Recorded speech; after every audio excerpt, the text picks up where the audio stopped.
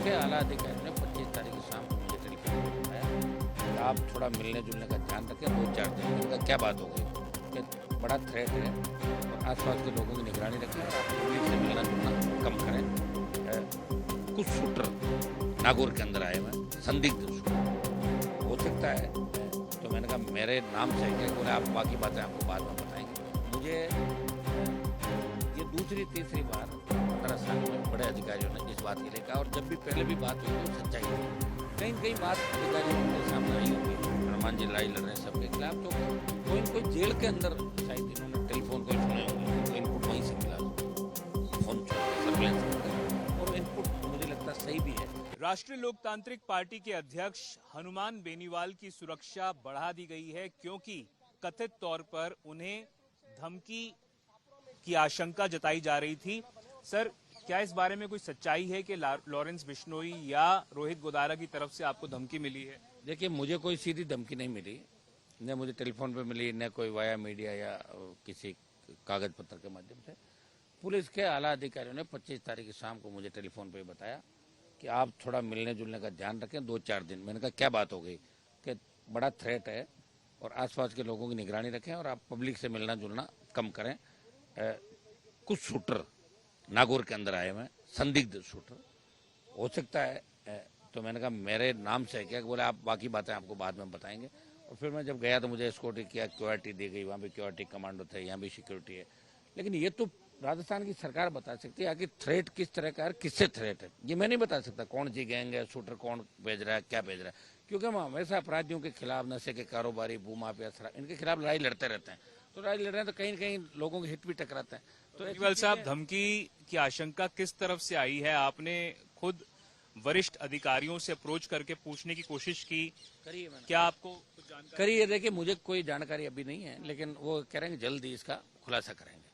रोहित गोदारा ने कथित तौर पर एक पोस्ट की है जिसमें उन्होंने मेंशन किया है कि कुछ अधिकारी प्रमोशन लेने के लिए इस प्रकार की बात कर रहे हैं। क्या आपको इस प्रकार की कोई आशंका है? मुझे ऐसा नहीं लगता, क्योंकि मुझे ये दूसरी तीसरी बार 15 साल में बड़े अधिकारियों ने इस बात के लिए कहा, और जब भी पहले भी बात हुई तो सच्चाई थी। कहीं कहीं बात अधिकारियों के सामने आई होगी कि इस तरह हनुमान जी लड़ाई लड़ रहे हैं सबके खिलाफ, तो कोई न कोई जेल के अंदर शायद इन्होंने टेलीफोन कोई सुने होंगे, इनको इनपुट वहीं से मिला, फोन सुनते सर्विलेंस के अंदर, और इनपुट मुझे लगता सही भी है। लेकिन कौन है, किस गैंग से हैं, ये तो पूरा क्लियर होने के बाद ही पता लगेगा। जो कुछ सुखदेव सिंह गोगामणि केस में हुआ, क्या आपको लगता है उसके बाद आपको, आपके परिवारजनों को, आपके करीबियों को सतर्क रहने की जरूरत है? हम तो हमेशा सतर्क ही रहते हैं। सतर्क तो आदमी को हमेशा ही रहना चाहिए खुद को, लेकिन जिंदगी और मौत पे हमारा अधिकार ही नहीं, कब क्या हो जाए पता थोड़ी चलता है। इसको लेकर हमको घरों में थोड़ी बंद हो जाएंगे। ये तो लड़ते रहते हैं, आज़ादी के दीवाने भी लड़े थे, अब भी लोग लड़ रहे हैं, लड़ते रहेंगे। नेता हैं तो लोग धमकी भी देंगे, पुलिस है, आप पत्रकार हो, कोई डॉक्टर है, तो ये तो करता रहेगा। आप अपना काम करोगे, यूँ किसी से डर के घर में थोड़ी छुपोगे।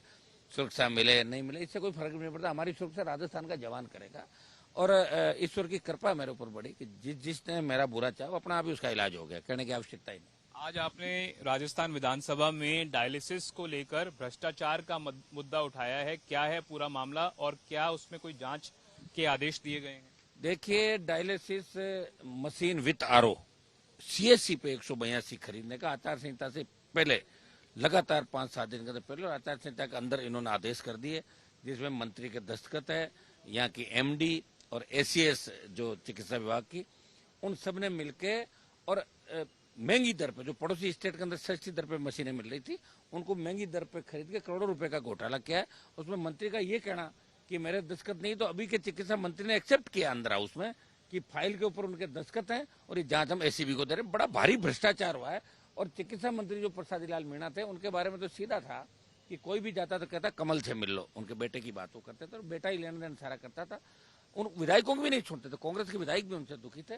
और अभी तो उनके बहुत से मामले, अगर राजस्थान की सरकार ये जांच कराएगी तो बहुत सी पोल खोलेगी, वो मंत्री जेल के अंदर होगा। मैं आपको सीधे तौर पर भ्रष्टाचार उन्होंने पहले भी किया था मंत्री, मैं जानता हूं उनको व्यक्तिगत रूप से। पैसा उनके लिए सब कुछ है।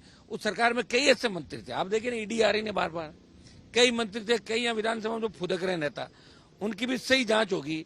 तो मुझे लग रहा है ऐसे थोड़ी कि आप कांग्रेस टाइम में भ्रष्टाचार कर लो या फुदक कर विरोध कर लो छोड़ देगा। अगर बीजेपी सरकार सही जांच कराना चाहती है, जनता ने वोट दिया इनको भ्रष्टाचार के खिलाफ, तो बहुत से लोग सलाखों के पीछे होंगे और जांच नहीं कराएगी तो ये मिलाजुली का खेल होगा। तो फिर वही चीजें पहले होगी। पहले वसुंधरा जी गहलोत के लोगों की मदद करती थी, गहलोत वसुंधरा के लोगों की मदद करते थे, मिलाजुली का खेल चला, इसलिए राजस्थान बर्बाद हो गया, चला गया। आप पूर्व चिकित्सा मंत्री प्रसादी लाल मीणा पे भ्रष्टाचार के आरोप लगा रहे हैं, बट क्या कोई सबूत है आपके पास? कोई तो लगा रहा हूं मैं, विधानसभा में एक्सेप्ट हो गया। नहीं बात है कि प्रसादी लाल मीणा ने कहा कि मेरे इस पे दस्तखत नहीं है, खरीद एक मशीन कर ली थी, वो 32 CSC पे लगा दी, वो ताले के अंदर है, वो है ही नहीं चलाने वाला उसको।